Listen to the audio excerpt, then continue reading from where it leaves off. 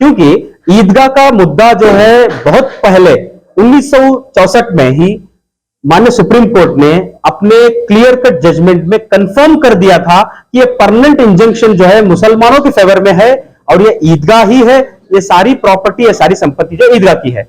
अभी जो पुरानी बातें हम देखेंगे तो तकरीबन 1898 से ये प्रॉपर्टी जो है ईदगाह की शक्ल में मुसलमानों ने इस्तेमाल की है। तब इस प्रॉपर्टी की टोटल जो मेजरमेंट थी वो 10 एकड़ 5 गुंठे थी। बाद में वो जो अभी बची हुई जो प्रॉपर्टी है सर्वे नंबर 40 ऑफ गुट्टल्ली की जो विलेज सर्वे नंबर है, उसमें सिर्फ 2 एकड़ 5 गुंठे बची हुई है, जो कि सिर्फ और सिर्फ ईदगाह की प्रॉपर्टी है। अब तो बाकी प्रॉपर्टी क्या हुई? बाकी प्रॉपर्टी जो जिस तरीके से इस्तेमाल किया गया था उसके बदले में दूसरी जगह पर जो है ईदगाह को दूसरी जगह पे जो है कब्रिस्तान को जो है बनाया गया है, ईदगाह को सिर्फ यहां पर रखा गया है। तो हम ये देखना है कि 1898 से लेके 2002 तक भी ये प्रॉपर्टी मुसलमानों के कब्जे में सिर्फ और सिर्फ नमाज, ईद की नमाज के लिए, ईद की नमाज के लिए इस्तेमाल की गई है। अब रही बात ये लिटिगेशन कैसे शुरू हुआ? शुरू होता है 1955 में तकरीबन, कि पहली बार जो है यहां पर उस वक्त बेंगलुरु सिटी म्युनिसिपल कॉर्पोरेशन हुआ करती थी, उन्होंने जो है यहां पे गुस्ताखी की कि वहां पे जो है वो जगह को मिसयूज करने की कोशिश की किसी ना किसी वजह से। तो उस वक्त के यहां पर जो काजी साहब थे उनको मैनेजर काजी करके अंग्रेजों ने अपने जो एविडेंस में लिखा है, अपने डॉक्यूमेंट्स में लिखा है, उनको जो है हम आज की जुबान में मुतवल्ली कह सकते हैं। उस जमाने के मुतवल्ली साहब जो थे उन्होंने इमीडिएटली सिविल कोर्ट की, मुंसिफ कोर्ट की जो है डोर को उन्होंने खटखटाया। ओएस नंबर 123 ऑफ 1955 को उन्होंने फाइल किया, जो 56 में आके जो है डिसमिस हुआ केस।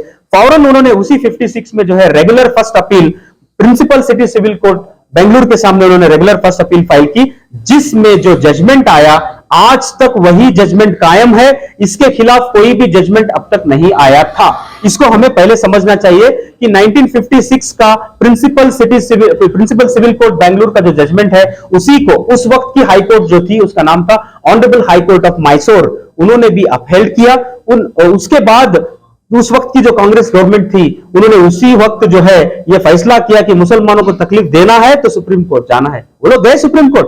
1962 में उन्होंने एक सिविल अपील नंबर 479 भी उन्होंने फाइल किया 1962 में, बट उनके तरफ से कोई भी एविडेंसेस, किसी भी तरह के जो है रिकॉर्ड्स जो है उन्होंने सुप्रीम कोर्ट के सामने दाखिल नहीं किया, पेश नहीं किया। उसके मद्देनजर सुप्रीम कोर्ट ने क्या किया, कंप्लीट एविडेंसेस को कंसिडर करके मुसलमानों के फेवर में जो ऑर्डर हाई कोर्ट ने दिया था अपहेल्ड करके लोअर कोर्ट का ऑर्डर को, उसी ऑर्डर को सुप्रीम कोर्ट ने कहते हुए ये कहा कि ये प्रॉपर्टी ईदगाह है, ये मुसलमानों की प्रॉपर्टी है, यहां पर किसी भी तरह का राइट्स हो या किसी भी तरह का हस्तक्षेप करने का पावर हो वो सिटी म्युनिसिपल कॉर्पोरेशन को नहीं है। ये ऑर्डर क्लियरली आ गया। ये होता है 1964 में। 65 में क्या हुआ, उस वक्त की मैसूर गवर्नमेंट ने एक गैजेट नोटिफिकेशन किया, इस प्रॉपर्टी को सीरियल नंबर 137 के तहत जो है गैजेट प्रॉपर्टी के वक्फ प्रॉपर्टी बोल के नोटिफाई कर दिया। अब उस हुकूमत की अगर ये प्रॉपर्टी होती, अगर ये रेवेन्यू डिपार्टमेंट की अगर प्रॉपर्टी होती, तो मैं पूछना चाहता हूं उस वक्त के कांग्रेस गवर्नमेंट से, आज के बीजेपी गवर्नमेंट से, 1965 से लेके अब तक क्या आपकी हुकूमत क्या कर रही थी? सो गई थी क्या? आज आप बोल रहे हैं कि मुसलमानों ने कोई एविडेंस नहीं दिया बोल के हमारे रेवेन्यू मिनिस्टर जो है कंसीलमेंट ऑफ मटेरियल फैक्ट करके सच्चाई को छुपाते हुए एक धोखे की नीयत से जो है गलत इंफॉर्मेशन को लोगों में फैलाने की जुर्रत उन्होंने की है। उनका जवाब हमें देना है। जवाब यही है कि ये प्रॉपर्टी किसी भी तरह से जो है रेवेन्यू डिपार्टमेंट की प्रॉपर्टी नहीं है। अभी क्या होता है, 1965 में जब ये नोटिफाई हो गया तो उन्होंने चैलेंज भी उसको नहीं किया। 1968 में सिटी कॉर्पोरेशन के तहत से एक रिट पिटिशन फाइल होता है 1968 में। वो रिट पिटिशन 4259 के नंबर में फाइल होता है। मजेदार चीज अब हमको यह देखनी है कि जो प्रॉपर्टीज को, वक्फ की प्रॉपर्टीज को नोटिफाई होने के बाद सिटी म्युनिसिपल कॉर्पोरेशन बेंगलुरु ने जो चैलेंज किया था, उस लिस्ट ऑफ प्रॉपर्टीज में सर्वे नंबर 137 की हमारी आज की ईदगाह की प्रॉपर्टी नहीं थी। तो इसका मतलब क्या है? उसका मतलब यह होता है कि उस वक्त की कॉर्पोरेशन हार मान चुकी थी। सुप्रीम कोर्ट के जजमेंट को वो सराहकों पर रखते हुए, उसके सामने सर झुकाते हुए सुप्रीम कोर्ट के जजमेंट को जो है सर्वोपरि मान के उन्होंने जो है उसको एक्सेप्ट कर लिया था। बावजूद उसके भी यह होता है कि डिविजनल बेंच के सामने जो म्युनिसिपल सिटी कॉर्पोरेशन उस जमाने की बेंगलुरु की जो फाइल किए थे रिट पिटिशन 68 में, जबकि ये प्रॉपर्टी नहीं थी, दूसरी प्रॉपर्टीज थे, वो रिट पिटिशन भी डिसमिस हो गया है। ऐसा नहीं कि वो रिट पिटिशन अलाउ हो गया, ऐसा नहीं है, वो भी डिसमिस होता है। तो कब डिसमिस हुआ? 1968 में डिसमिस हो गया। होने के बाद भी जो है किसी भी तरह के हरकत ना बीबीएमपी या उस जमाने के कॉरपोरेशन ने की, ना उस जमाने के हुकूमत मैसूर जो थी, जो रियासत मैसूर थी, उन्होंने भी नहीं की। उसके बाद क्या हुआ? कर्नाटका एकीकरण हुआ, इसको कर्नाटक नाम मिला। जब गवर्नमेंट ऑफ कर्नाटका बनी, गवर्नमेंट ऑफ कर्नाटका बनने के बावजूद आज तक भी जो है किसी भी तरह के एफर्ट्स गवर्नमेंट के तरफ से नहीं हुए। अब होता यह है कि केंद्र सरकार में बीजेपी, राज्य सरकार में बीजेपी होने के बाद कुछ कठपुतलियों को ये लोग ले जाके वक्फ बोर्ड के अंदर चेयरमैन बना के बिठा देते हैं। शर्म आनी चाहिए ऐसे लोगों को जो अपने आप को supervisor of the Waqf property कहते हैं। इन्होंने अपने सही तरीके से कदम नहीं उठाया। लेकिन यहां पे मुद्दा यह भी होता है कि तकरीबन 15-20 साल से जो लोग अपने आप को मुस्लिम कयादीन कह रहे हैं या फिर लीडर्स, नेता कह रहे हैं, इन्होंने भी जो है सही तरीके से इस चीज को पेश करने की कोशिश नहीं की। एक फैक्ट्स एंड फिगर्स को रखते हुए इस चीज को पेश नहीं की। यहां पे मैंने देखा हमारे इम्मू भाई बड़े इमोशनल बंदे हैं, जो एक्स कॉर्पोरेटर होते हैं उस वार्ड के, वहां के आजू बाजू के वार्ड के, उन्होंने एक स्टेटमेंट दिया कि इसके लिए मैं अपने गर्दन भी कटाने के लिए दूं। क्या बेवकूफाना स्टेटमेंट है।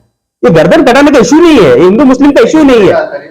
ये जो है एक्स कॉर्पोरेटर इमरान साहब ने उन्होंने एक सोशल मीडिया में एक वीडियो अपलोड किया है उनकी तरफ से, उसमें कहते हैं कि इसके लिए मैं गर्दन कटाने के लिए। जरूरी नहीं है, ये कोई जो है मजहबी मुद्दा नहीं है इस प्रॉपर्टी के लिए। तो मैं आपको क्लियरली ये बताना चाहता हूं कि ये जो है गवर्नमेंट के दो डिपार्टमेंट्स के बीच में जब कोई क्लैश होता है, एक डिपार्टमेंट है वक्फ बोर्ड, यानी कि वक्फ भी अपना गवर्नमेंट का, कर्नाटक का एक अपना जो डिपार्टमेंट है, दूसरा डिपार्टमेंट है रेवेन्यू डिपार्टमेंट, जबकि एक नया इन्वेंशन है बीबीएमपी का। बीबीएमपी को ही जब राइट्स नहीं है तो बीबीएमपी जो है रेवेन्यू डिपार्टमेंट के नाम से खाता बनाने के लिए आपको राइट्स किसने दिए? That is absolutely an illegal act that you people have done. इंशाल्लाह we will challenge it in the competent courts. यहां पे क्या होता है, वक्फ एक्ट सेक्शन 6 क्लॉज 1 के तहत जो बीबीएमपी अगर किसी वक्फ प्रॉपर्टी के ऊपर अपना राइट बताना चाहती है, जताना चाहती है, तो उनको चाहिए था कि कॉम्पिटेंट कोर्ट में इसको चैलेंज करना चाहिए, जो कि सिविल कोर्ट बनता है, सिविल मामला बनता है। उन्होंने बीबीएमपी ने हो या रेवेन्यू डिपार्टमेंट में हो, यह काम नहीं किया। तो इसका मतलब इन्होंने जो है क्लियर कट नेग्लिजेंस किया है। जो एनैक्टमेंट है वक्फ एक्ट सेक्शन 6 क्लॉज 1 को इन्होंने वायलेट किया है। इसके बाद हम लोग कुछ इंपॉर्टेंट चीजें, अब जो केस हो रहा है इसके ऊपर हम रोशनी डालेंगे। आज जितने भी लोग हमारे पास जो सवाल पूछ रहे हैं वो परेशान हाल हैं, क्या हाईकोर्ट ऐसा जजमेंट दे दी? भाई इसमें हाईकोर्ट की गलती नहीं है, इसमें हाईकोर्ट की गलती नहीं है, क्योंकि हाईकोर्ट जो होती है, कोर्ट कोई भी कोर्ट हो, वो सिर्फ अपने सामने जो सबूत रखते हैं उसके बिना पर ही डिसाइड करती है। तो सही चीजों को रखने की जिम्मेदारी जो थी वो बोथ लिटिगेंट्स की थी। बोथ लिटिगेंट्स यहां पर जो है क्लीन हैंड से नहीं गए होंगे, नहीं चीजें साफ रखे होंगे। इसके वजह से जो है यहां पे क्या होता है कि सिंगल बेंच पे डब्ल्यूपी में एक ऑर्डर आता है स्टेटस को मेंटेन करो, जब वो लोग इमीडिएटली जाते हैं डिविजनल बेंच के सामने। डिविजनल बेंच के सामने इन्होंने कोर्ट को मिसगाइड करके, मिसलीड करके, फॉल्स इंफॉर्मेशन कोर्ट को देके इन्होंने एक रॉन्ग फैसला लिया है, जो कि हुकूमत को जो है राइट्स दिया गया है हाईकोर्ट से, डिविजनल बेंच से, जबकि हुकूमत कर्नाटक का इस प्रॉपर्टी पर कोई भी टाइटल या मालिकत्व या right to title, right to ownership नहीं है। यह सुप्रीम कोर्ट ने क्लैरिफाई किया है 1964 में। तो इस जजमेंट को, सुप्रीम कोर्ट के जजमेंट को सही तरीके से हाईकोर्ट के सामने पेश करने की जिम्मेदारी लिटिगेंट्स की थी। मुझे भरोसा है हाईकोर्ट पर भी और सुप्रीम कोर्ट पर भी कि आने वाले दिनों, ये तो इंटरिम ऑर्डर है, ये कोई परमानेंट ऑर्डर नहीं है, आने वाले दिनों में सही चीजों को उनके सामने रखेंगे।